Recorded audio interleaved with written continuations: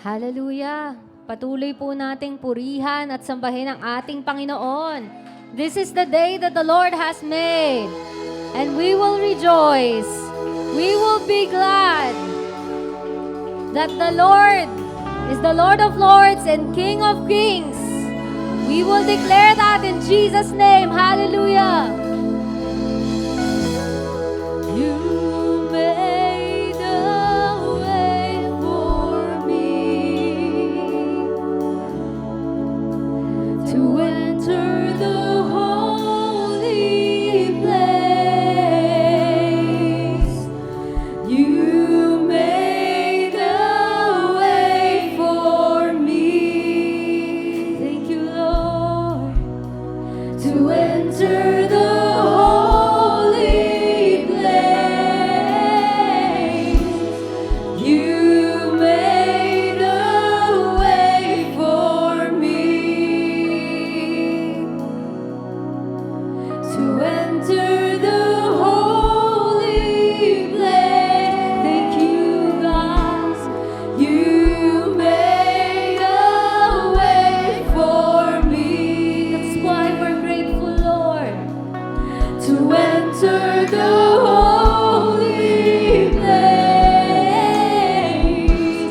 You made a way for me. Thank you, Jesus. To enter your holy place. You made a way for me, Lord, to enter the holy place. I am yours, you are mine, and we'll be together forever. I am yours, you are mine, and we'll be together forever. I am yours, you are mine, and we'll be together forever. Every day I am yours, you are mine, and we'll be together forever. You made a way for me. Thank you, Jesus, to enter the holy place. You made a way for me to be victorious, to enter the holy place. You made a way for me. Thank you, Lord, to enter the holy place. You made a way for me to enter the holy place. I am yours, you are mine, and we'll be together forever. Always and forever. I am yours. Thank you. You are mine. For the salvation, for your grace and love. Together forever. Thank you, Lord, for the victory,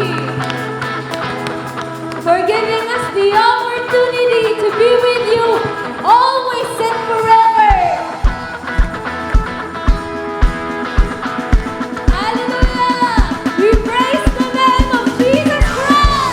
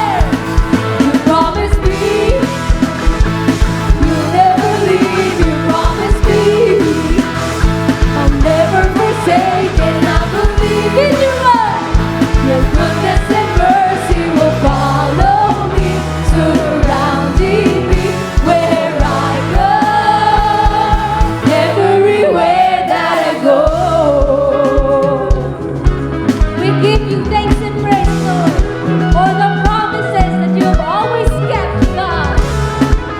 We give you honor and praises and the best clap offering to the only true God.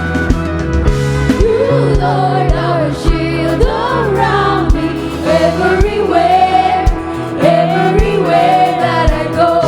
You, Lord, are a shield around me everywhere. Can we just declare this?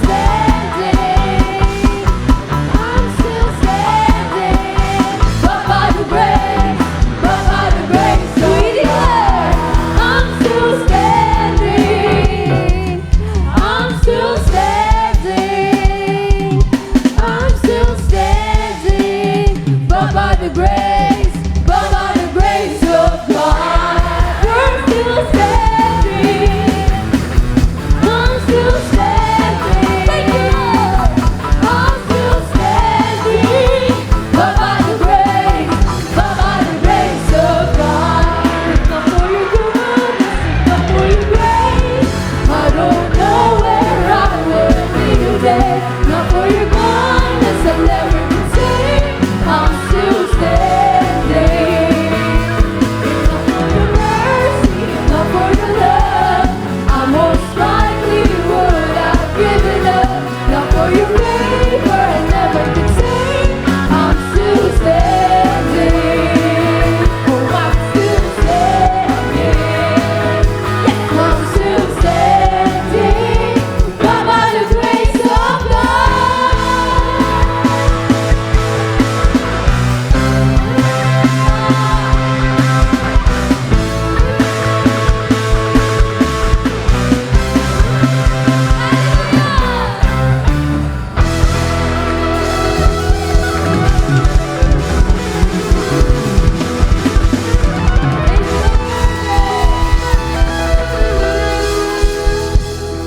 If not for your goodness, if not for your grace, I don't know where I would be today. If not for your kindness, I never could say I'm still standing. If not for your mercy, if not for your love, I most likely would have given up. If not for your favor, I never could say I'm still standing. Sing this to the Lord. If not for your goodness, if not for your grace, I don't know where I would be today. If not for your kindness, I never could say I'm still standing.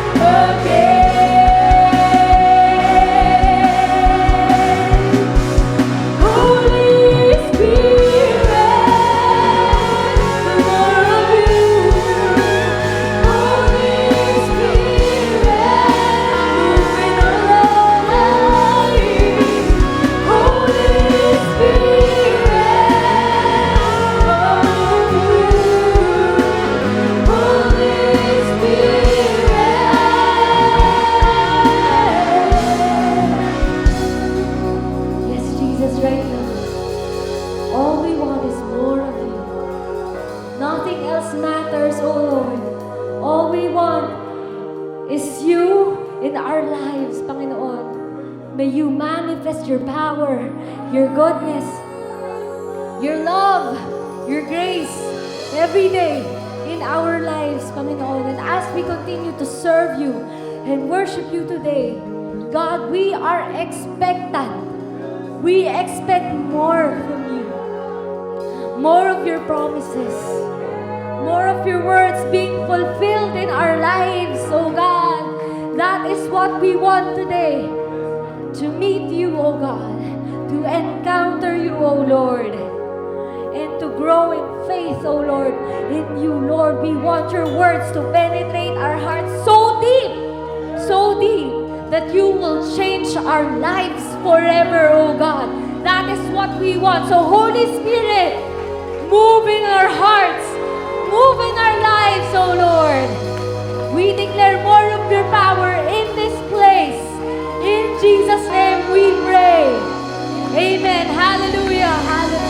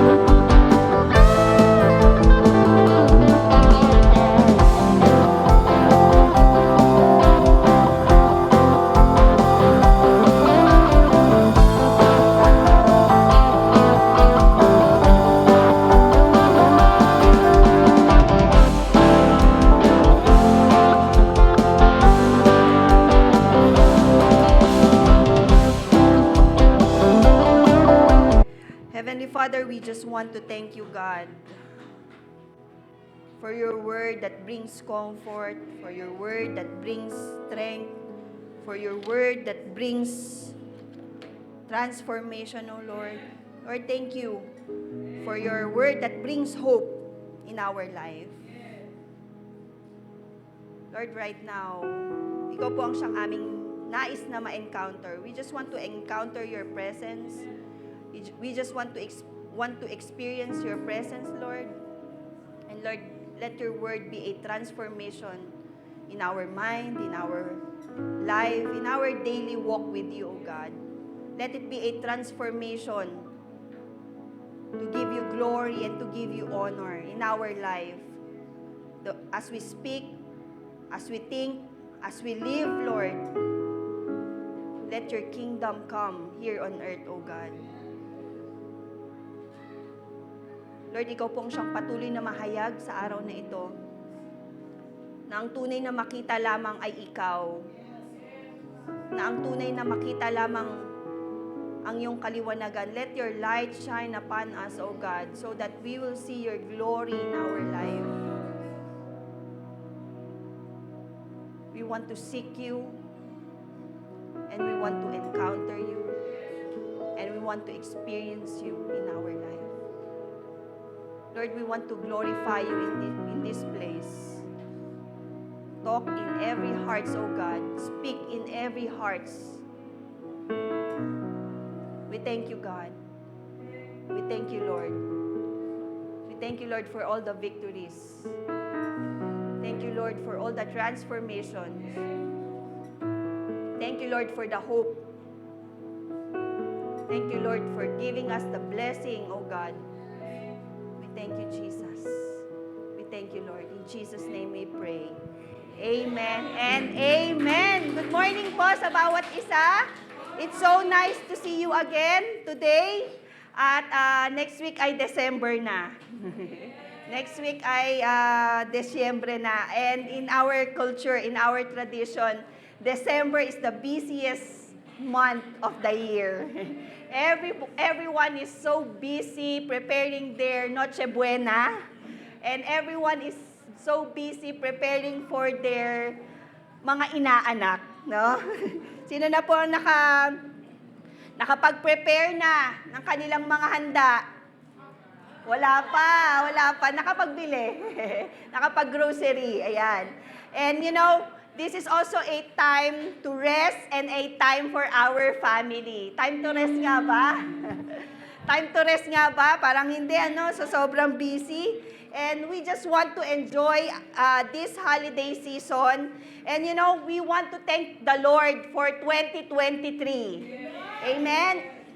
Bagamat yung ating mga experiences ay may mga ups, may mga downs, even our family, we experience down in our life, we experience loss of our loved one, we experience heartaches, we experience pain, but, we also experience up. We experience this season as favor, we experience grace, we experience blessings, we experience life. At sa lahat pong yon, nagpapatunay po that God is faithful. Amen? He is unstoppable. He is unstoppable in giving His love for us. Kaya nga po, we are victorious. Mga tao dito. Ayan, para po yun sa grupo namin, sa group in our December party. And He is truly our unshakable God. Amen? And He is faithful. The Lord is so faithful in every season of our life. Amen? And today, we are on our last week para po sa ating series na Unshakable.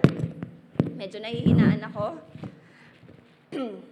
Ngayon po ay tatapusin na po natin yung ating series for this month. Ayan, ayusin lang po. Medyo mahina po kasi yung... At next week po ay magkakaroon na po tayo ng brand new series. At we just want to finish the 2023 strong and continue to be strong.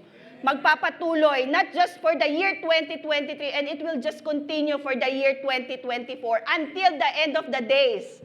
Sino pong nais ng ganon? Who wants to have that kind of mindset, no? Meron tayong strong and continue to be strong hanggang sa pagdating ng ating Panginoon, hanggang tayo ay kunin ng ating Panginoon, ay tayo po ay nananatiling malakas sa pananampalataya. And you know, itong pong pag-aaralan natin today, ito po ay kaduktong po ng ating pinag-aralan last week kay Pastor Alfred po. And tinukoy niya po, pinag-aralan niya po natin doon yung kahalagahan po ng unshakable life. At matatagpuan at paano nga ba natin makukuha yung unshakable life. Pag sinabi pong unshakable, may idea na po tayo. It means, unshakable means it is a strong belief. Ibig sabihin po ng unshakable, it is unable to change. Hindi po magbabago. When we say unshakable, it means firm. It means constant. It means determined. Unshakable means fixed. That unwavering, unswerving. Unshakable means steadfast and immovable. Ganyan po yung character ng ating Panginoon. He is the same God yesterday, today, and forever. And He never changed. Amen? He is good and He will continue to be good in our life. In reality, sa mundong ito, there is a whole lot of shaking going on in this world. 2 weeks ago, literal na sinake ang Mindanao, no? Grabe yung earthquake. Nakapanood ko po sa Facebook, 6.8 magnitude. At kahit sang bansa, hindi lamang po dito sa Pilipinas, but also our governments are easily shaken. Example, our economy. Pag shakeable ang country, asahan po natin pati po ang economy. Madali pong magbago. Mataas ang mga bilihin, mataas ang gas, And there are things happening in our world that produce shaking. And tayo po mismo, tayo pong mga tao, we are easily also be shaken. Nagtaas ang gasolina, nagtaas ang bilihin, meron tayong mga reactions, meron tayong mga comments. You know why?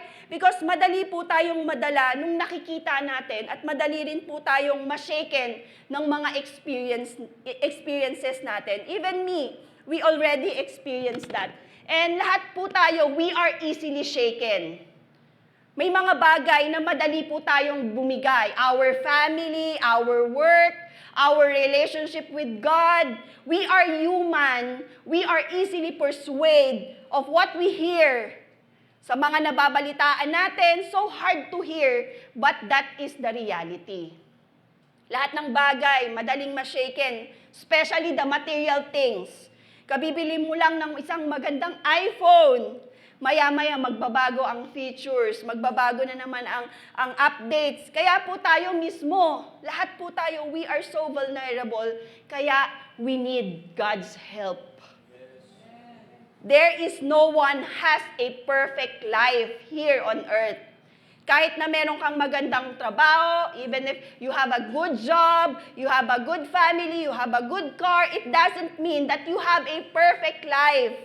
Kaya nga po, it doesn't mean na material or yung mga bagay po dito sa mundo ang masasabi natin that we are stable. Not the material things ang magsasabi sa atin that we are stable. Kasi ang lahat ng bagay dito po sa mundo, it destroy, naluluma, nasisira. We learn that sa ating mga preachings. Pero alam niyo po, isang bagay lang po ang hindi nasisira. One thing that cannot be destroyed in our life is when we have a deeper faith in our God. Amen. We need to have a complete, stable, firm, unshakable relationship to our God. Tanging siya ang constant, ang Lord ang constant, at kung tayo po mismo, we are completely trusting our God, fully and completely relying sa Lord and His plan, imagine how our life could it be. Standing firm in a strong foundation, even though our whole world is falling apart. But, you know, we have an unshakable God, and our Lord is our cornerstone. Again, being unshakable, we are not thinking a person na wala pong pagsubok, walang trials, but a person na kahit dumaan po sa pagsubok, meron pa ding firmness, meron pa ring strength, meron pa ring boldness to do what is right. Thank God for the Bible. Hindi lang po pinapakita yung pain, yung hardship, yung shakeable characteristic ng world, but the Bible gives us hope as we face this shakeable world. Unshakable life doesn't mean that we will not experience doubt, that we will not experience trials, that we will not experience problems and fears. There are times dumadaan po tayo dyan, but when we are close to our God, who is truly unshakable, we can completely trust Him, for He is trustworthy. Amen. Unshakable is not about being self-sufficient. Oh, kaya ko to. Magagawa ko to. No. But being unshakable is always depending more on our Lord. God wants us to see that in our life. Gusto ng Diyos na makita po yun sa buhay natin. Makita natin yung value at maiwan yung character and attitude that is unshakable. Marahil narinig nyo na po ito, pero para po sa ating mga mananampalataya na dumadaan sa shaking, sa trials and problems of their life, I want you to know that Jesus is our hope. Amen. And that hope help us to be more confident para lalo po tayong maging firm, para lalo po tayong maging stable, para lalo tayong maging immovable, strong, and faithful sa ating Panginoon. At yan po yung ating pag-uusapan ngayong umaga. Inaalis po ng Diyos yung mga bagay na hindi mahalaga sa atin. Mga unstable, yung mga marurupok na pag-uugali, yung mga maling gawi, para po ang makita natin is yung unshakable character of our God. What we are building in our life today. What is more important to have an unshakable life? Kaya ang title po ng ating pag-uusapan is Building Unshakable Life. Alam niyo po, many times, lagi po ako nakakapanood on how to have a strong life, how to build a strong life, how to have a strong marriage, to have a stable finances, how to build muscle, physical strong, di ba? Because nowadays, it is so rampant. May mga pagkakataon na naghahanap po tayo ng mga bagay na tutulong po sa atin para po tayo ay maging matatag. Because we know, here on earth, nothing is permanent. Alam natin po yan. Alam niyo po, ang shakening or yung pagliliglig, hindi po yan madali. Madalas, napakahirap po niyan. Pero you know, inaalaw po ng Lord ang shakening in our life. Like Job, nawala yung material things, nawala yung mahalagang bagay. Pero ang nanatili kay Job, yung pinakamahalagang character na nais ng Diyos para po sa buhay niya. Maybe you are right now in the middle of being shaken in your family, in your job, in your health, in your finances. Pero alam niyo po, kung meron man tayong pagyayanig, pagsasala sa buhay natin, hindi po ito para parusahan tayo. Ultimately, shaking is the removal of whatever is imperfect or sinful from heaven and here on earth. Hindi po ito destruction of the earth in favor of heaven. No, pag may sinishake ang Diyos sa buhay po natin, ito po ay pagtuturo. Ito po ay pagbabago. Ito po ay transformation. Inaalis po ng Diyos yung mga bagay, yung mga blemishes, yung mga spots in our life para po magkaroon o magbigay ng pagbabago at maging kapurihan po ito sa ating Panginoon. When we experience shaking sa buhay natin, ito po ay pagkakataon para po sa pagpapatatag ng ating faith at pananampalataya. Ito po ay pagpapatatag ng ating mga character. Kasi yun po yung mahalaga sa Diyos. Ang maiwan po ay yung mga godly character. The godly attitude. You know, unshakable life that gives us reward, not just here on earth, but most especially, unshakable life that gives reward in heaven. Sino po ang nais ng ganun? Sino po yung may ganong desire? Gusto natin mga bagay na magdudulot ng kapurihan sa Panginoon sa kalangitan. And today, paano nga ba natin malalaman yung mga bagay na dapat i-filter at dapat po maiwan? Mabigyan po natin ng halaga in building our life while we are here on earth, while we are on this shakeable world. And turn with me for some answers to Hebrews 12, verse 18 to 29. Ito po ay mahabang verse. So please, turn your Bible on Hebrews 12, 18 to 29. Or hindi ko na po babasahin, masyado pong mahaba. Pero I just want you to know na before po natin pag-aralan, kung titingnan po natin yung heading ng Hebrews 12, starting to verse 14, meron pong paalala. There is a reminder. Sabi po doon, a call to listen to God. Sa Bible ko po, a call to listen to God. Sa ibang translation po, ang sabi, warning and encouragement. Sa New King James Version po, sa 25, hear the heavenly voice. One thing that we need to realize that this is an important to have an unshakable life, we need to always listen to God's word. We need to heed. We need to pay attention into these warnings. We need to listen closely to what God is trying to tell us in a heavenly manner. Alam niyo, ang Book of Hebrews po, hindi po binanggit kung sino ang author.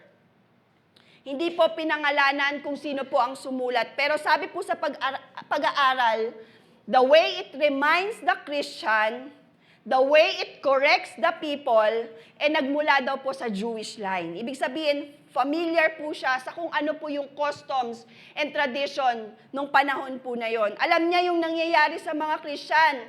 At higit po sa lahat, the author emphasized who Jesus is and what Jesus done on the cross. Ito po ay magagawa lamang ng isang taong familiar sa kung ano yung sinasabi ng mundo. And sabi po nila, maaring si Paul, it could be Paul, it could be Apollos, we never know. The book of Hebrews talks about Jesus who came to earth in human flesh as the perfect manifestation of God here on earth. Binanggit din po sa libro that Jesus is superior to the angels, to Moses, and to the traditions of law. It also mentioned that the new covenant that we have right now is by the shedding of His blood. Sinasabi ng Hebrews that it is superior to the old sacrifice, and His once for all sacrifice is sufficient para po tayo ay maligtas, and to sanctify everyone na nakatanggap po ng kaligtasan through faith in Jesus. And because of His perfect sacrifice, unshakable, ang naging offer is unshakable God, si Jesus. At tayo now po, we are able to draw near to our God. In a specific chapter, kung iisa-isahin po natin ang Hebrews, chapter 11 is all about faith. In this chapter, people are not saved by their good works, na nabanggit po ni Pastor Alfred last week. Yun po ay bunga ng kanilang kaligtasan, kaya po tayo nakakagawa ng kabutihan. Chapter 12 begins with a reminder that we need to run a race that God set before us. And we need to run this race with endurance.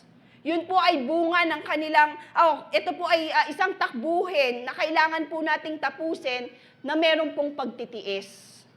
Merong mga shakening here on earth, but as a runner sa mundong ito, we run in our own race and we need to endure it, we need to overcome it. Magagawa natin yan, magagawa nating matapos. We need to finish our race when we fix our eyes on Jesus, who is the founder and the finisher of our faith. Kaya meron pong encouragement yung writer. The writer exhorted to endure this suffering sa pamamagitan po ng spiritual discipline. But what really point in chapter 12 is yung pagtuturo at yung mga warnings. Mahalaga po ito na malaman. Mahalaga po na tayo po ay magawa o bumuo ng buhay to have an unshakable life here on earth. Lahat po tayo bilang mga nasa mundo, we experience shaking. We need to have an unshakable life na dapat nating panghawakan at matibay na salita lang ng Diyos para tayo po ay hindi madaling madala. Kaya nga po, the Hebrews, pinaniniwalaan po na isinulat po ito in times of persecution. Sa madaling sabi, they are all facing shaking things sa Hebrews. Originally, sinulat po ang Hebrews to encourage para po sa mga taong experiencing shakening in their life, shakening in their relationship. Families are persuaded, merong persecution, all kinds of shaking. Sinulat po ito para po sa mga wavering, para po dun sa mga nag-aalinlangan, para po dun sa mga nanghihinang mga believers during that time. So the writer encouraged them to steadfastly hold on to their faith because yung ibang mga believers sa panahon na yon, they are wandering, they are swerving, they are easily persuaded. Sila po ay madaling madaya at madaling maniwala sa false teaching na tinuturo sa panahon na yon. Kaya alam niyo, kung mapapansin niyo po sa pag-aaral ng Hebrews, 4 na bagay po yung binibigyan ng truth at daan at linaw ng author. Una, he emphasized the importance of faith, yung supremacy ni Jesus, the authority of Jesus, His priesthood, at yung mga great character in the Bible. Pangalawa, yung devotion, yung importance ng perseverance, yung importance ng endurance, yung importance ng love, ng promise of rest and drawing near sa Lord. Pangatlo po, yung obedience. Kaya makikita po niyan sa Bible niyo, call to a maturity, call for maturity, call for obedience, embracing discipline. Kasi dito natin makikita na binigyan po ng diin ng author yung ating verse about unshakable things. At tatlo lang pala. And to be unshakable, it is very important to have faith, devotion, and obedience and truth about Jesus. These are the best example of unshakable things. This is the reality of our life. Ito yung mga bagay na makikita natin na stable. These are the things na hindi po magbabago. This is firm. Unshakable na hindi dapat nawawala sa ating mga pamumuhay as a Christian. Yung love, yung importance ng faith, yung importance ng devotion, yung truth about Jesus. These are the best example na hindi po magbabago. Through these writings, the Lord opened our eyes on a new perspective when it comes on the important things about unshakable life. Ito po dapat yung binibuild natin sa buhay po natin. Una, we need to continue in our faith. We need to continue in our faith na humaharap sa mga shakable things in this world. We need to continue to be deeper in our faith. Pangalawa po, we need to be grounded. We need to be settled na magkaroon po ng endurance and perseverance as we run this race. And three, we need to not be moved away from the hope of this gospel. Ang laging goal, our goal is to get closer to our God to have an unshakable life. Yun po yung target. We must build a close relationship with God para hindi po tayo madaling-madala. There are really things na nagpapaliglig sa ating buhay. Pero only two responses kapag tayo po ay nabubuhay in this shakable world. Una is to have an unshakable faith. Or pangalawa, we are hopeless. We are not standing firm sa truth. So ano ang pipiliin po natin? As we are here on earth, habang tayo po ay nandito sa mundo, ang end goal po lagi natin is heavenly things. Sabi po sa Colossians 3, 2-4, set your mind on things above, not on things on the earth. Pakilipat nga kapatid. For you who died, and your life is hidden with Christ in God. When Christ, who is our life, appears, then you will also appear to Him. Then you will also appear with Him in glory. So sa pag-aaralan po natin ngayong umaga, meron po tayong makikitang dalawang magkaibang bagay. For us to recognize saan nga ba ang mahalaga, ano nga ba ang binibuild ko sa buhay ko ngayon para makita natin kung saan na nga ba tayo patungo. At the end of the day, our realization should always be, ito bang mga ginagawa ko will benefit me someday? Or will it lead me to get the unshakable things that God pleases in my life? Or baka dumating ang araw na pagharap ko sa Panginoon, ang makita lang is the empty things na ginawa ko sa mundong ito. Pag-isipan po natin, ano nga po ba yung binubuo nating buhay dito sa shakable world? And for us, na makita po yun, ay we need to identify, we need to ask ourselves in building our life today. Unang-una po, where do I build my foundations? Saan nga ba natin nilalagay yung ating mga buhay? Saan natin tinatayo yung ating mga foundation? Saan nakatayo? Where do we build our plans? Sorry, I am talking Tagalog. Can you understand? Maybe Pastor Clement will explain to you later. And, what motivates us to obey? Why we need to build our foundation firmly? Not on the things of this world, but on the true and deeper level of our faith today. Saan natin nilalagay yung pundasyon ng ating buhay? Sa lahat ng aspeto ng buhay natin, does it give glory sa Lord? Does it pleases me? Foundation is very important, di ba? Para hindi po madaling bumagsak ang isang building, kailangan ng pundasyon. Sa buhay natin ngayon, as we live, as we perceive things, sa buhay natin, kailangan po natin alam, kailangan natin makita kung saan natin itinatayo yung ating mga pananampalataya, yung ating buhay, yung ating mga oras, dun ba sa kaya natin gawin o dun sa kayang gawin ng ating Diyos para sa atin. Dun ba sa shakeable things na ginagawa natin with temporarily effect and it is based on my emotions, or doon natin itinatayo sa unshakable grace ng Lord na kung wala siya, hindi ko ito magagawa. Alam niyo po, sa passage natin today, meron pong pinakita ang Bible na maaari natin i-compare to the shakeable and the unshakable. And ginamit po dito yung analogy ng mountains. At hindi lang po ito physical mountains, but what we really see in our foundation, in our spiritual life. And as we look at this mountain, sabi sa Bible, yung pagkakaiba ng foundation of law and foundation of grace that mentioned in this passage. At kung ano nga ba yung kahalagahan nito to have an unshakable life.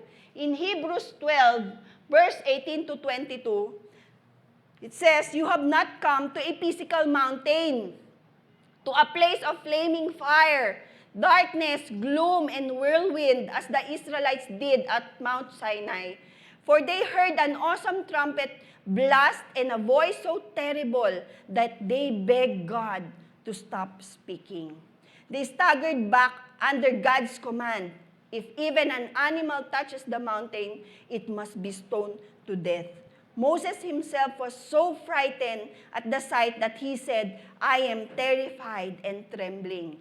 No, you have come to Mount Zion, to the city of the living God, the heavenly Jerusalem, and to countless thousands of angels in a joyful gathering." Meron pong dalawang mountains. Una po, the Mount Sinai. Sa Bible, dito po tinanggap ni Moses ang 10 utos, the 10 commandments. Pero in this mountain, sabi po ng passage, yung kanilang initial close encounter with God were terrifying. Sabi, merong blazing fire, merong darkness and gloom, na kahit po si Moses, sabi niya, "I am terrified, I am trembling." The people of Israel, they begged God to stop speaking. Pero, on the other side of the mountain, the Mount Zion is iba. Contrast in every way dun sa first description, dun sa Mount Sinai. Because in Mount Zion, sabi, it is a celebration. Thousands of angels are in a joyful gathering. Sabi, yung naunang batas na ibinigay sa Mount Sinai will lead us to death. And the people of Israel could not look the mountain. Hindi po sila makatingin. And don't get me wrong, perfect po ang batas ng Diyos. Baka sabihin nyo, naku, yung batas ng Diyos nakakatakot. Hindi po. Tinanggap po ang batas sa lugar na yon dahil perfect po ang commandment ng Panginoon. The Lord's command is firm. The Lord's command is stable, unswerving. The Lord's command is faithful. Unshakable po ang batas. Unshakable po ang law and commandment. It will never change. It is firm and it is good. Sabi ng Bible, mawawala ang lahat ng bagay. The heaven and earth will pass away, but His word will not pass away. Ganun ka-firm ang word of God. But the problem is, the people like us na binigyan ng batas are shakeable and we are weak to accept that law. Kaya nga po in the Old Testament, yung panahon po na binigay ang batas kay Moses, the Israelite people, they are easily persuaded. Sila po ay madaling mabago. Even there is law. Nandyan ang batas. Even the commandment is firm. Andyan yung sinasabi ng Diyos. Pero ang problema is, they failed to obey it. nakakatakot. Kaya sabi nga sa Mount Sinai, nakakatakot. Sabi sa passage, somehow they couldn't look at it. Yun po ang katotohanan. Because of our human nature, meron po tayong mga weaknesses. Because of our sin, we become self-reliant. We are naturally disobedient. Dahil sa namana nating kasalanan kay Adan at Eva. Kahit mga simpleng kautusan nga lang we disobey. Laki-laki na ng karatula, bawal magtapon ng basura, pero sa ilalim ang daming basura. Bawal tumawid. So may POEA, natawa ako din, bawal tumawid, nakamamatay. Tinakot na yung tao, pero may tumatawid pa din. Yun po ay simple, but we failed to do it. How much more God's law? Sobrang importante ng batas ng sinasabi ng Diyos to have an unshakable life, but we failed to do it. Pinapakita lang po ng batas that we are all sinners. Pinapakita lamang po dito na hindi po natin kayang sundin ang batas because we are all sinners. At binibigyan niya lang po, binigay lang po ang law, binigay po ang batas sa Israel para magkaroon lang po ng pansamantalang paglapit sa ating Panginoon. But this will not save them. Yun po ang katotohanan. It gives condemnation to death. And you know what? Tayo po ay may tendency na mag-fail. May tendency po tayo na mag-disobey because of our human nature. It just condemn us to death. Kahit po si Pablo, si Paul, isa po siyang kilala pagdating sa batas, pagdating po sa pag-aaral ng salita ng Diyos, pinag-aralan ng kasaysayan ng salita ng Diyos, malalim po ang kaalaman patungkol po sa Diyos, but he is shakable. Kaya sabi niya sa Romans 7:19-25, I want to do what is good, but I don't want to do what is wrong. But I don't want to do what is wrong, but I do it anyway.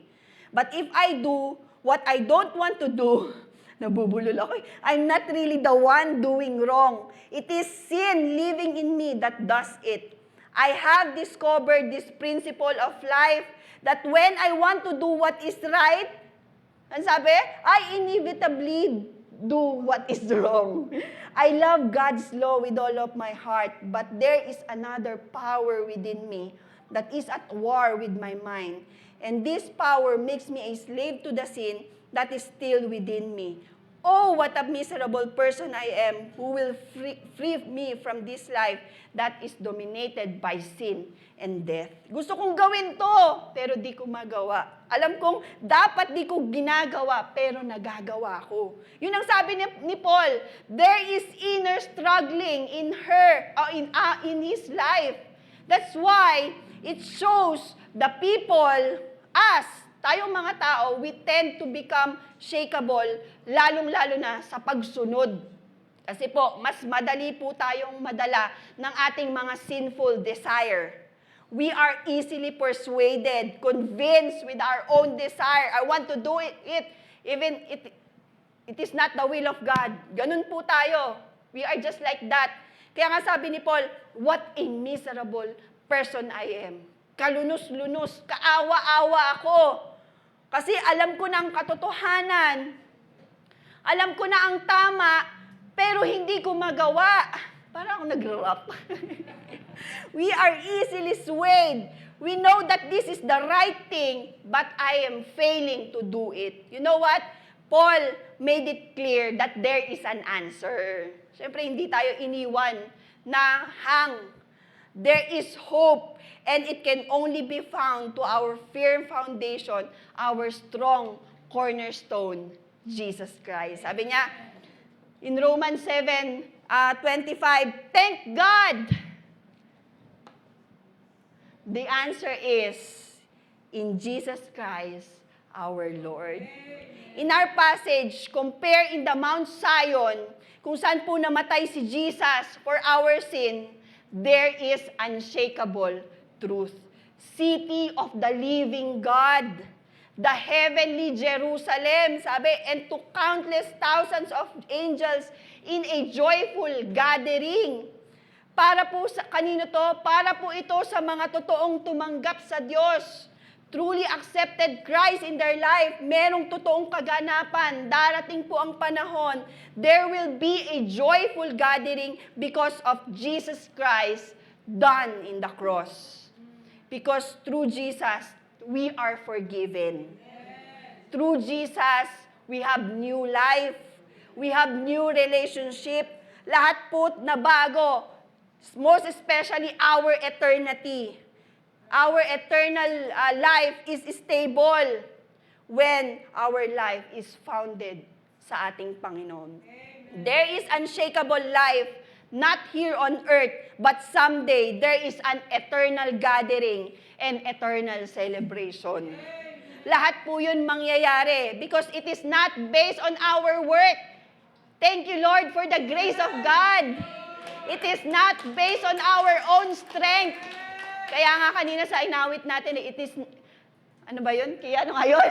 It's not for your mercy. It's not, if not for your love, I most likely would have given up. If not for your favor. It's all because by the grace of our God. And it is not based on our own strength. It is based on the work of Jesus Christ. Kaya alam niyo po yung difference ng foundation. Una, sinabi, based on what we do, we will always fail. We will always lead us to sin. Because yun ang human nature natin. But in second, there is unshakable that through the death of Jesus and accepting Him as our Lord and Savior, only through Him can help us to have an unshakable life and eternal celebration. Ito po ay, sa madaling salita, ito po ay what the person do versus what Jesus done on the cross. In simplest explanation, in Mount Sinai, there is a person, and that is Moses. At katulad natin si Moses, meron tayong sinful nature, katulad po natin ang mga Israelite, we failed to do it. But in Mount Zion, there is a person, and that is Jesus. Merong principle, merong ginawa, merong binigay, and that purpose, and that is all because of His grace. Sabi nga po sa Romans 8:3, the law of Moses was unable to save us because of the weakness of our sinful nature. So God did what the law could not do. He sent His own Son in a body like the bodies we sinners have. And in that body, God declared an end to sin's control over us by giving His Son as a sacrifice for our sins. That's why we need to understand that in our weaknesses, in our failures, being shakeable sa lahat ng bagay, we need Jesus in our life. At kung alam natin yung foundation ng buhay na kayang maposes sa ating Panginoon, ano man po yung mga kahinaan ay napagtatagumpayan. You know why? Greater is He that is in me that He is in the world. Jesus as our foundation, we can now have the life in the Spirit. In our life, where do we build our foundation? Are we living in Spirit? Alam niyo po, meron po akong nabasa na isang article at meron pong dalawang churches in North Part at yung isang church, meron po silang, they have 2,000 members in one services. So imagine na ilang tao o ilang services yung ginagawa nila doon sa church na yon para ma-accommodate yung tao. And 2,000 people ang umaattend. Ganun kadami, ganun kalaki ang simbahan, ganun kayaman ng church because all of them is a giver.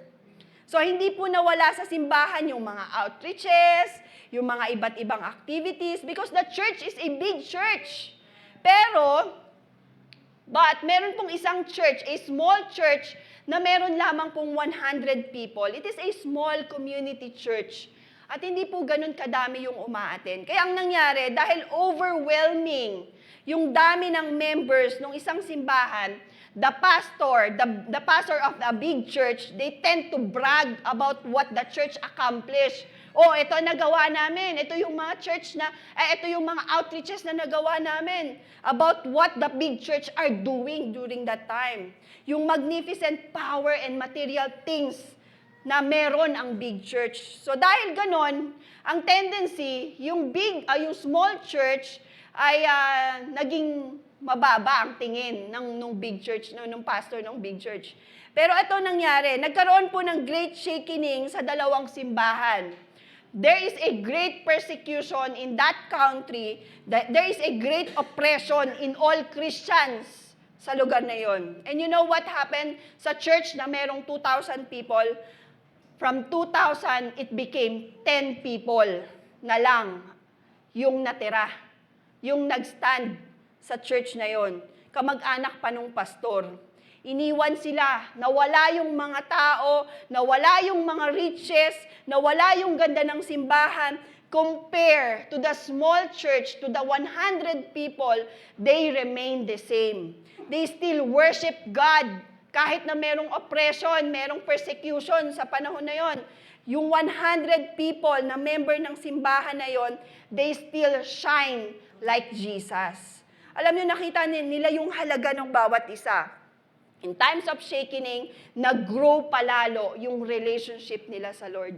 Alam mo, sabi ng author, nung article, yung small church, sila talaga yung totoong nakatagpo ng gold in building their life for Jesus. Alam niyo po yung proseso ng pagkuha ng ginto? Tito Eric, alam niyo ba yon? Yung proseso ng pagkuha ng ginto. Di ba? Ito po, nabasa ko lang po. Hindi ko kayang explain sa inyo detail by detail kasi hindi ko po alam kung baka pumuntahan niyo eh. Joke lang. At maghuhukay yan. So as you dig deeper sa lupa, para makita mo yung ginto, kailangan mo i-shake dun sa salaan. Dahil may mga kasabayan ng mga bato, may mga buhangin. At pag hindi mo sinake sa salaan, hindi mo makukuha yung totoong ginto. Habang nalalaglag, yung mga hindi kailangan, doon naman lumalabas yung ginto na mas kailangan. Ganun po yung small and big church as they experience shaking. Na-reveal kung ano yung mas mahalaga at kung ano yung dapat matira at yung dapat na mawala. And alam nyo, same din yan sa buhay natin bilang mga Kristiyano. Makikita sa buhay natin kung paano tayo namumuhay bilang mga mananampalataya kung tayo po ay merong Kristo sa buhay. Hindi ko po sinasabi na hindi na tayo makakaranas ng hirap. Because reality, meron pa din. But when when our life are founded sa buhay ni Christ, dumaan man po yung bagyo, dumaan man po yung pagsasala, it will lead us to the right attitude. Wala po tayong may tatanggi doon because Jesus is a firm foundation. He is the chief cornerstone. Kaya nga timing din yung devotion, okay, and devotion natin kahapon. Hindi po kami nag-usap ni Pastor Alfred, nagulat lang ako. Yun din yung topic niya. And alam niyo po, when we are living on our own, prone po tayo na mag-build ng maling pundasyon. Pero when we have a relationship with God, when we accept Him as our God, meron tayong eternal life and that is unshakable. Marahil we build something sa buhay natin, sa future natin, sa faith natin, but I just want to give this an emphasis. Let's learn to live. Let's learn to choose Jesus because He is surely a firm foundation.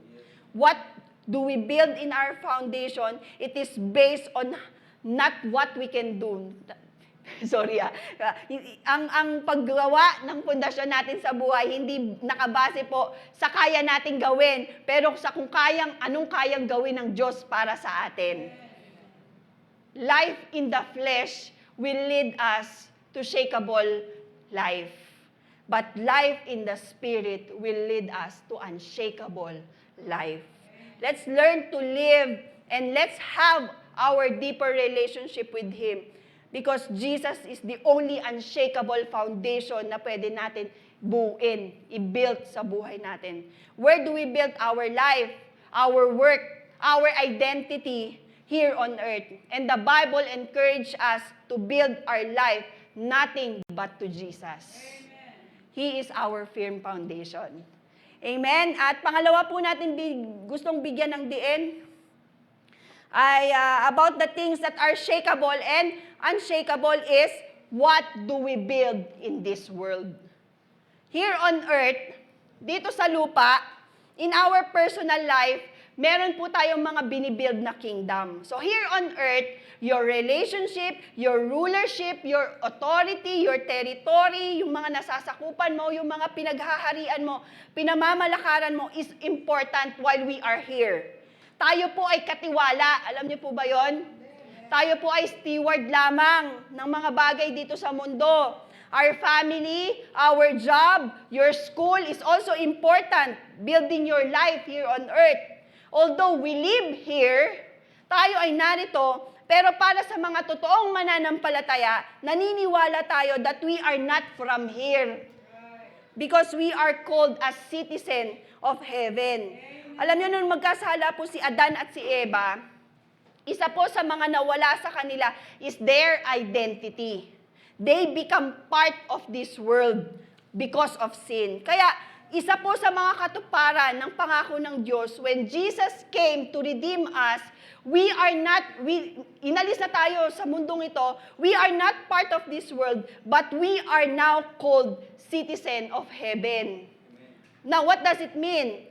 When we obey God's will, when we obey God's ways, hindi lamang natin pinapakita na tayo ay tagalangit, but as we build our life here on earth, pinapakita din po natin that we are God's children. Kung paano tayo namumuhay, importante po yan, building our life here on earth. Being a citizen of heaven means tayo po ay laging nakafocus sa kalooban ng ating Panginoon habang ikaw ay namumuhay dito sa mundo. Citizen of heaven means we are called salt and light of this world. That even I am in this world, pero I have the character and the image of God living in me through my words and through my actions. Nung tayo po binigyan ng Diyos ng karapatan na tawaging citizen in the kingdom of heaven, we become new creature. We become a new people. The old has gone and the new has come.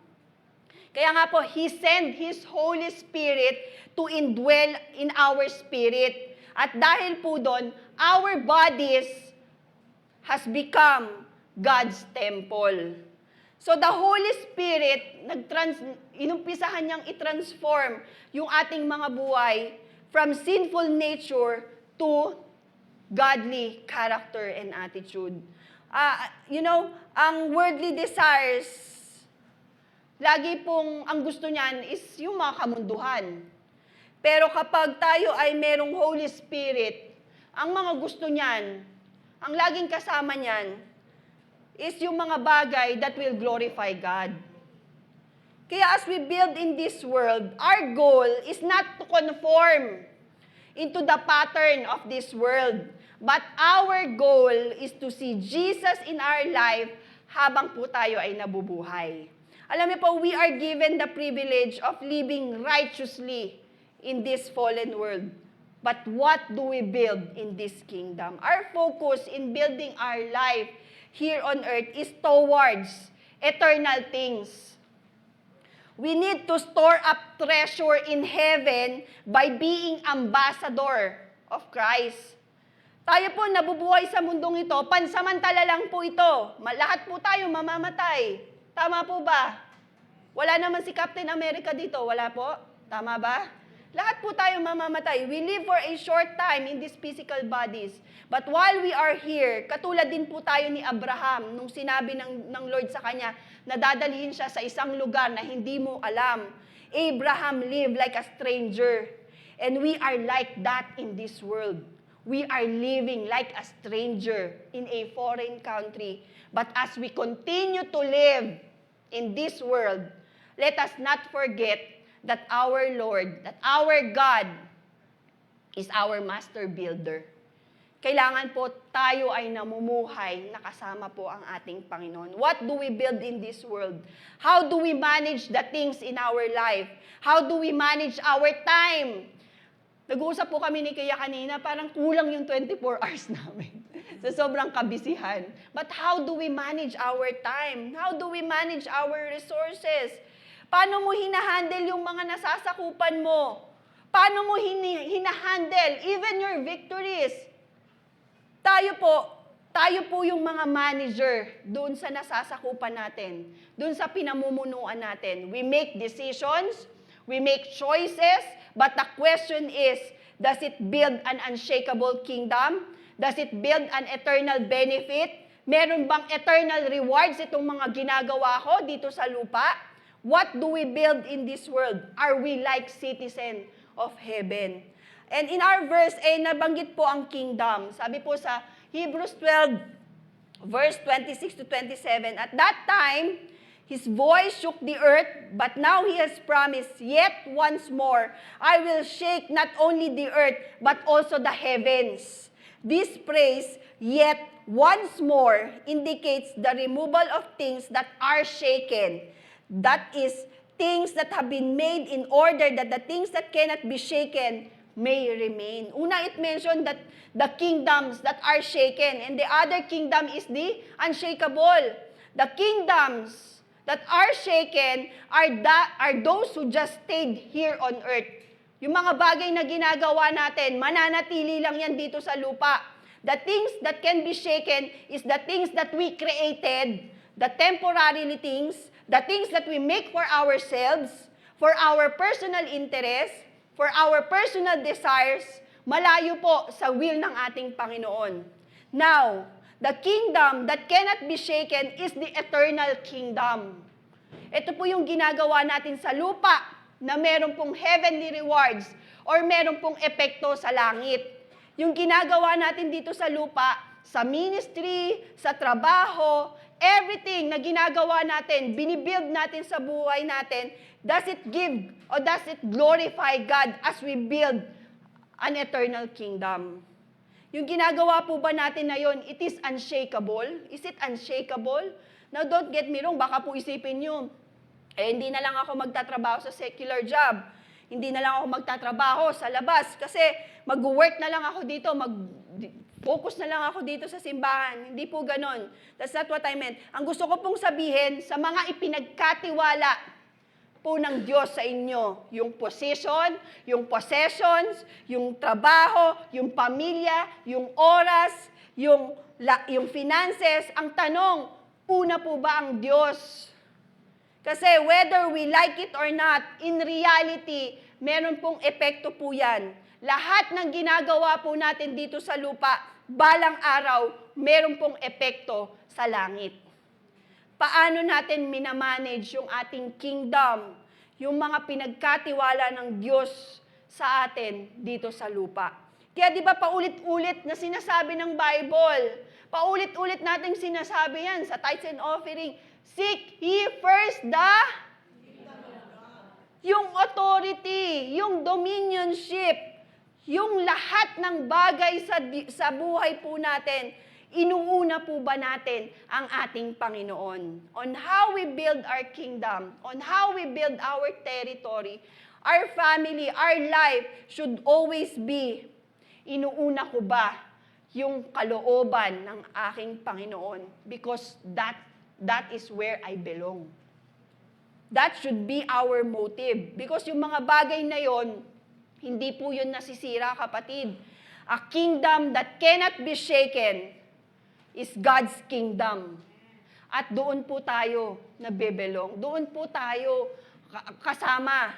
Gusto ko pong bigyan ng diin, to have an unshakable life, kailangan po, we have the mindset of heaven. We are citizen of heaven, working here on earth, working on shakeable surroundings. Pero ang tanong, nagagawa pa rin po ba nating unahin ng Panginoon? Does it give glory sa ating Panginoon? Kaya alam niyo, yun po yung dapat na binibuild natin. Inuuna po natin in our life. We are not of this world. This world is not our home. temporarily lang po tayo nandito, yet tayo po ay currently na nasa takbuhin, nasa isang race.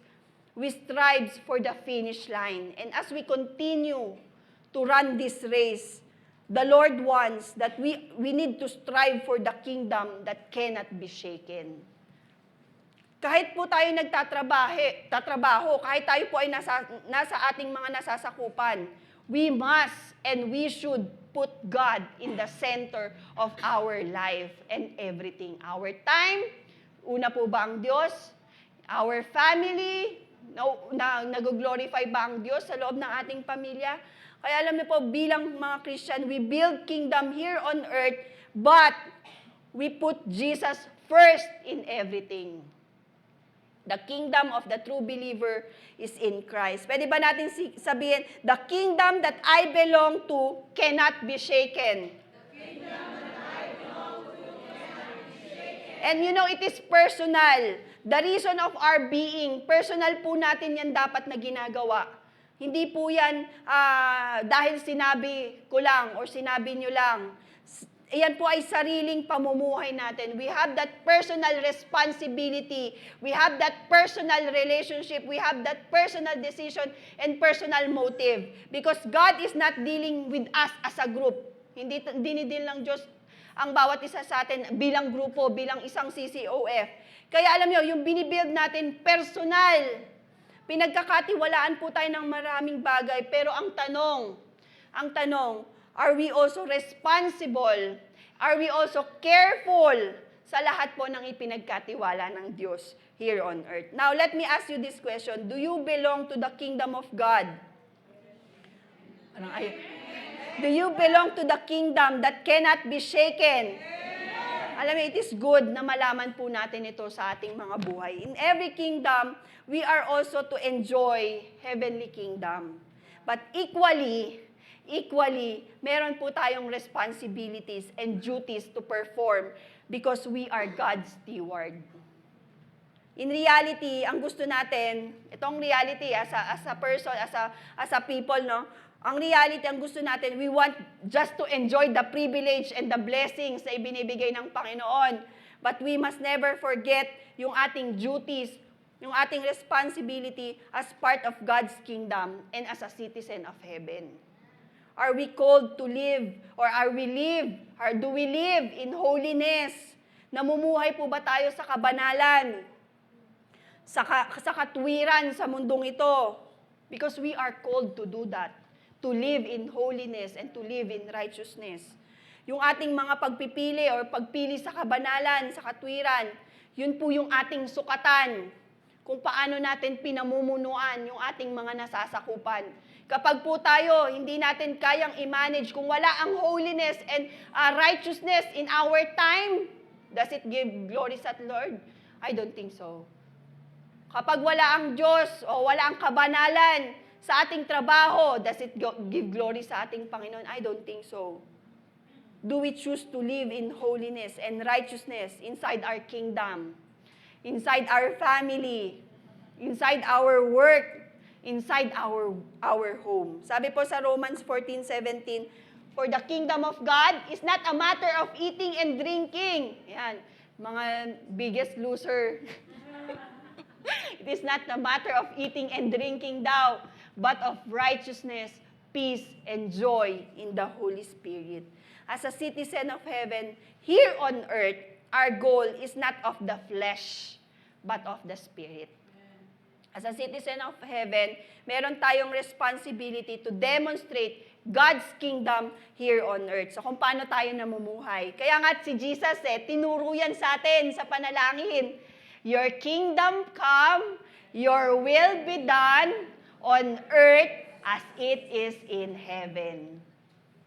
In what ways do you live out your heavenly citizenship on this earth? We should build the unshakable kingdom. We should not cling into these temporary things. But kung ang focus natin sa mundong ito, kapag ang focus natin ay nandito sa lupa, kapatid, ang mananatili lang dyan ay dito lang sa lupa. Because this world is bound for destruction. Pero sabi po sa Philippians 3:20-21, but we are citizens of heaven, where the Lord Jesus Christ lives, and we are eagerly waiting for Him to return as our Savior. He will take our weak mortal bodies and change them into glorious bodies like His own, using the same power which will, with which He will bring everything under His control. Para sa mga nagbibuild ng kanilang buhay o nag-uumpisa sa kanilang relationship sa Lord, hindi po tayo mabibigo kapag tayo po, pag ibinigay po natin o kapag ginawa po natin yung ating mga oras, ibinigay po natin yan sa ating Panginoon, ating mga buhay. And kung ang physical body natin may kahinaan, shakeable ang mga bagay dito sa lupa, I want you to know that there is hope. There is hope because it's not destruction that awaits for us, but a transformation.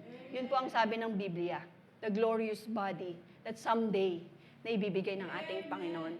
God will transform us. He will make us completely new. Dun sa kingdom na hindi naluluma. Dun sa kingdom na hindi na nagkakaroon ng sakit. Dun sa kingdom kung nasa ng Diyos. Dun sa kingdom kung saan lahat tayo magpupuri sa ating Panginoon. That's our future hope. But the challenge is, yun yung hope. Pero ang challenge sa atin, habang nandito tayo sa ating buhay, sa mundo, as long as we live here on earth, we have to live according to the will of God. A kingdom that cannot be shaken, and a kingdom that lives forever. So while here on earth, let us build our life and live as a citizen of heaven. Let Jesus Christ rules in our heart. Kaya alam niyo po, sabi po dun sa Hebrews 12:25, be careful that you do not refuse to listen. Mag-ingat ka na huwag makalimutan, na hindi mo tanggihan, na pakinggan yung mga pagpapaalala. Because this is a reminder. Because that's what the readers of Hebrews were in danger of doing. Lahat tayo, very prone yan di ba? Makita at makuha yung mga gusto lang natin, mga shakeable things dito sa mundo. Pero ito ay pagpapaalala because sa panahon na yon, sa Hebrews, they are under the threat of persecution. At katulad natin, nakakaranas tayo ng persecution. They were tempted to abandon Christ and tayo rin mismo. May mga pagkakataon, we are tempted to abandon Christ at unahin yung ating mga sarili. Return to their old covenant. Return to our old ways. Return to our old life. Pero sabi po, Hebrews 12, be careful that you do not refuse to listen to one who is speaking. For if the people of Israel did not escape when they refused to listen to Moses, the earthly messenger, we will certainly not escape if we reject the one who speaks us from heaven. He points out that God gives shaking. There is judgment on those who ignored His warnings. Meron pong kaparusahan doon sa mga taong nakarinig na ng salita ng Diyos, but they ignored the warnings. Merong consequences for those who ignore the truth. Bible po ang nagsabi niyan. At hindi po ito maging panakot or maging katatakutan, pero ito po ay maging pagbabago ng ating buhay. Kaya alam niyo po, there is unshakable things na dapat po natin pinapahalagahan.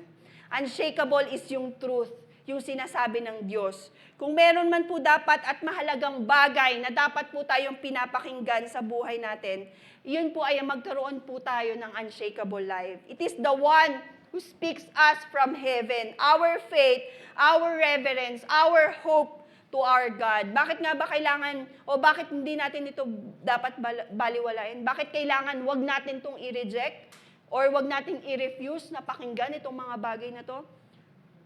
Kung hindi po tayo makikinig to the one who speaks us from heaven, such building, such kingdom is dangerous.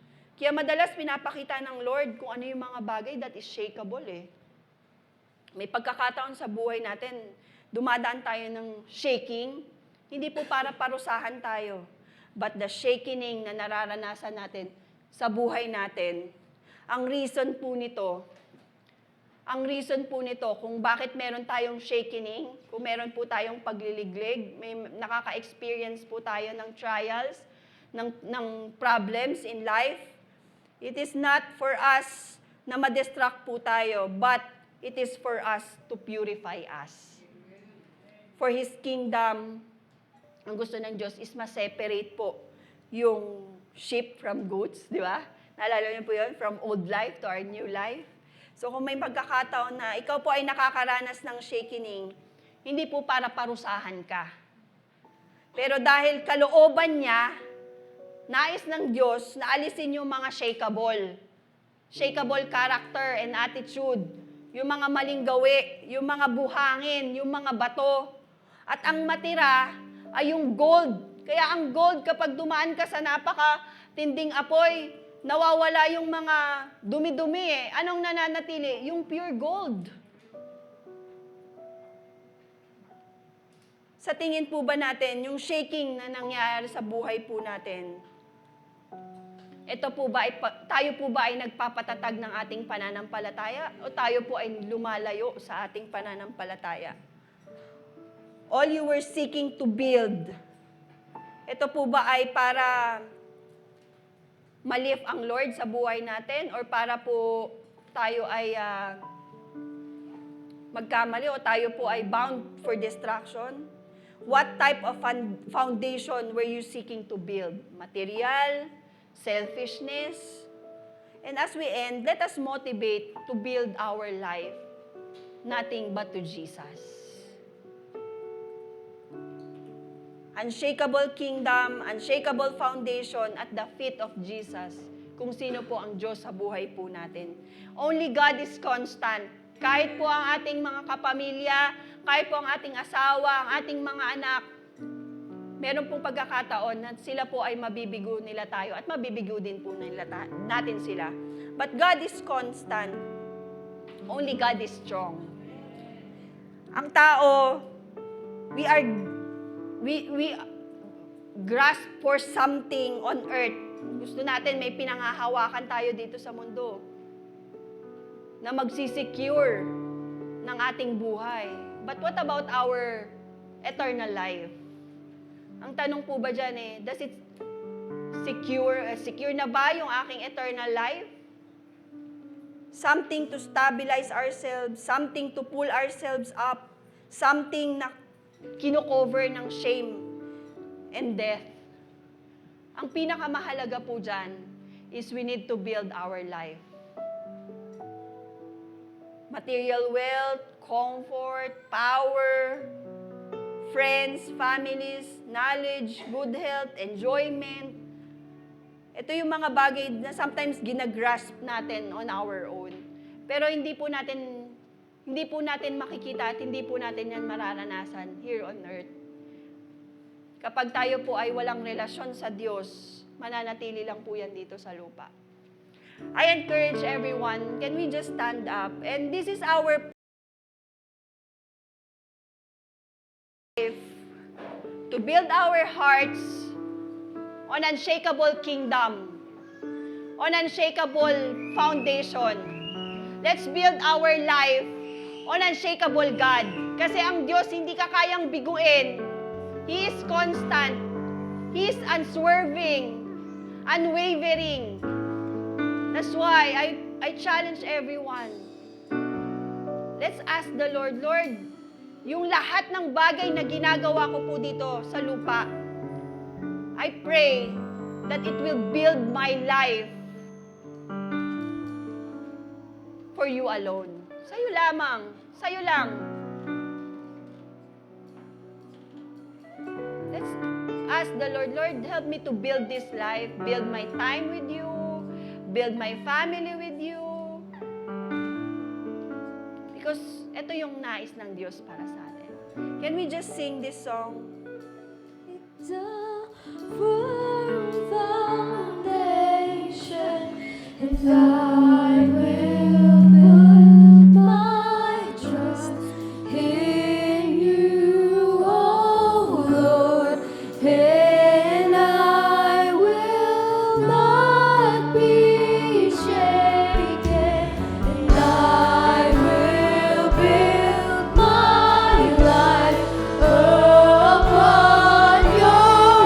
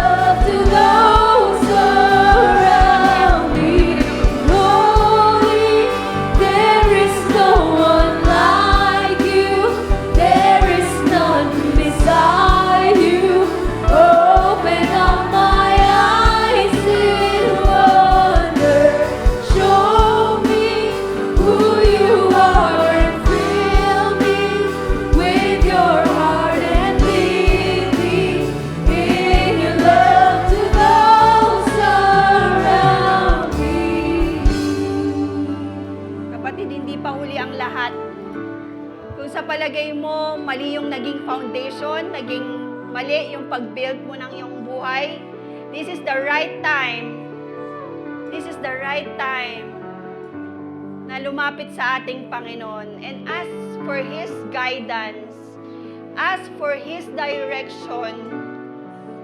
Yung mga binibuild natin dito sa buhay, dito sa mundong ito, it is nothing compared to what Jesus done on the cross to secure your eternal life.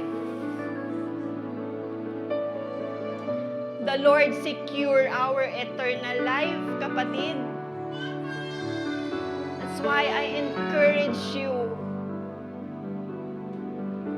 This is the right time to build your life. This is the right time to accept Jesus in your life. A strong and firm, your chief cornerstone that cannot be broken, that cannot be shaken, that cannot be destroyed. Your relationship with God is all we need right now to have an unshakable life. We need an unshakable God. To have a strong life, we need to have a strong God.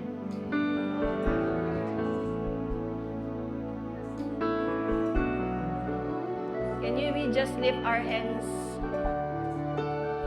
Lord, right now, thank you for securing our life. Lord, thank you for that security na meron po kaming buhay na walang hanggan sa pamamagitan ng iyong anak na nagbigay sa amin, Panginoon, ng buhay. Lord, patawarin mo po kami kung may mga pagkakataon that we build our foundation, that we manage our kingdom, Lord, wrong. Lord, help us, direct us.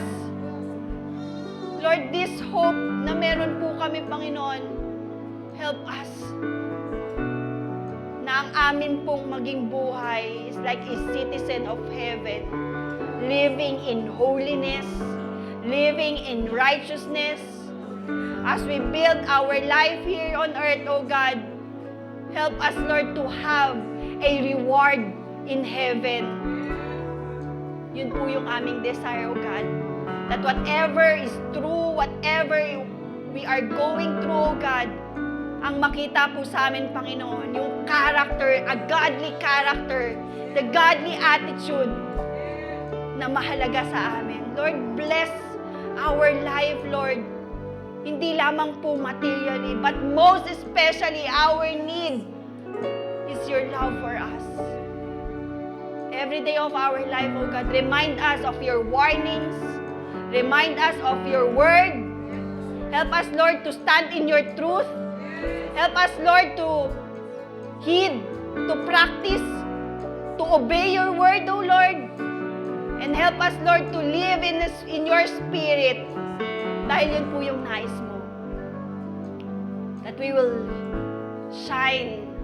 That we will be salt and light of this world. Lord, pagpalain mo po ang aming mga buhay. As we end this series, Panginoon, ang mananatili, Panginoon, ay yung unshakable character na natutunan po namin sa iyong salita. Lord, ang manatili, Panginoon, ay yung character na nais mo po sa amin, yung pagbabago sa buhay po namin. Lord, lilipas ang panahon na ito, lilipas ang buwan na ito, Panginoon, pero mananatili, O God, ang kabutihan mo. And you will always be good in our life. At naniniwala po kami, we will always believe, Lord, that you are good and you will always be good in our life. That's why we trust you, our strong, our firm foundation, our chief cornerstone, our master builder, our unshakable God. Lord, bless each and every one of us. Lord, pagpalain mo po kami sa panibagong linggong ito. Ingatan mo po kami, Panginoon, saan man po kami paroroon. Ingatan mo po ang aming pamilya. Ingatan mo po ang aming mga pinagkakakitaan, ang aming mga trabaho, ang aming mga eskwela. Ingatan mo po kami, Panginoon, sa aming mga kaisipan, sa aming mga sasabihin, Panginoon. Lord, ang panalangin po namin, it will benefit us in your heaven. These things, Lord, yung mga gagawin namin, it will benefit us from heaven, O God. Lord, ikaw pong siyang patuloy na manguna at magabay. Lord, ibalik mo po kami, Panginoon, sa susunod na linggo na merong panibagong kalakasan, na merong panibagong pag-asa, that we will finish strong, Lord, in the year 2023. Lord, yan po yung aming panalangin, that we will be faithful because our God is faithful. We thank you, God. Bless mo po ang lahat ng iyong mga anak at lalabas sa lugar na ito, Panginoon, na taglay at hawak, Panginoon, ang pangako at pag-asa na nagmumula sa iyo. We thank you, God, and we magnify your name. We glorify your name. You are truly our unshakable God. You never change. You are God the same yesterday and forever. Thank you, Jesus. We magnify you, Lord, and we glorify you. In Jesus' name we pray. Thank you, Lord.